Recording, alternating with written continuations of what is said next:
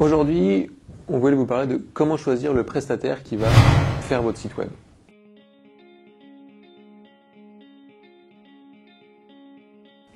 Sur le web, il y a beaucoup de technologies, beaucoup de CMS, des outils qui vont permettre de mettre à jour votre contenu, beaucoup de prestataires également, des agences, des indépendants. Dans tout cet univers, il est parfois difficile de s'en sortir et de savoir qui faire travailler. Dans tous les cas, il est super important de vous concentrer sur vos attentes à vous et les attentes de vos cibles. Il est super important également de bien définir le budget que vous allez consacrer à cette partie de développement.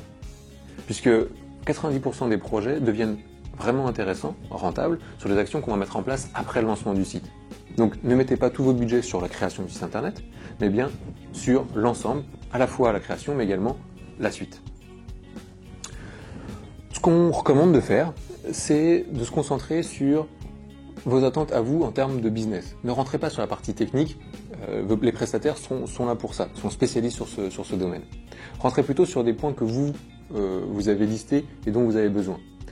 Vous voulez garder par exemple le même trafic en termes de référencement avant et après la refonte de votre site web. Ça, c'est quelque chose que vous pouvez mettre dans le cahier des charges.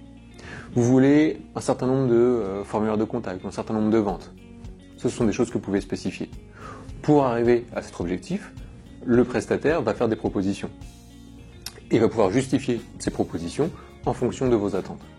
Idéalement, ça peut être intéressant d'être accompagné par un tiers indépendant qui va pouvoir faire le lien entre votre activité et le langage technique des agences.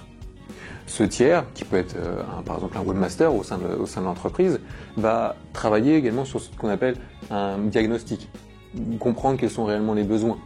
Par exemple, si on prend un cas tout autre, mais la comparaison est pertinente, une maison. Vous allez vous diagnostiquer des pertes d'énergie. Si vous allez voir un charpentier, forcément, il va se concentrer sur la partie toiture et vous faire des recommandations à ce niveau-là.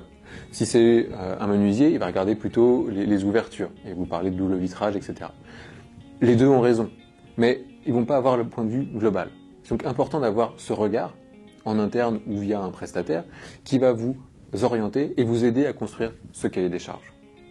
Pour vous donner un exemple, chez 404, on travaille sur ce qu'on appelle le business plan web. C'est une approche qui est beaucoup plus globale, c'est une stratégie qui va prendre en compte 3 grands facteurs: le marché, donc vos concurrents, quelles actions ils mettent en place, quel type de site web ils ont, vos cibles, qu'est-ce que vos futurs visiteurs vont pouvoir rechercher sur votre site, quel contenu ils veulent, quel type d'animation ils veulent, est-ce qu'ils sont plutôt sur du mobile, plutôt sur de l'ordinateur, plutôt en déplacement, au bureau, bref, tout ça c'est des choses qui sont à prendre en compte. Et dernièrement, quelles sont vos attentes à vous? Qu'est-ce que vous voulez faire de votre site web? Avec ces 3 critères, on peut construire votre stratégie, on peut construire le cahier des charges et du coup définir le projet, le prestataire le plus pertinent pour vous accompagner. Si vous voulez plus d'informations sur cette méthodologie, n'hésitez pas à nous contacter, on sera un plaisir d'échanger avec vous.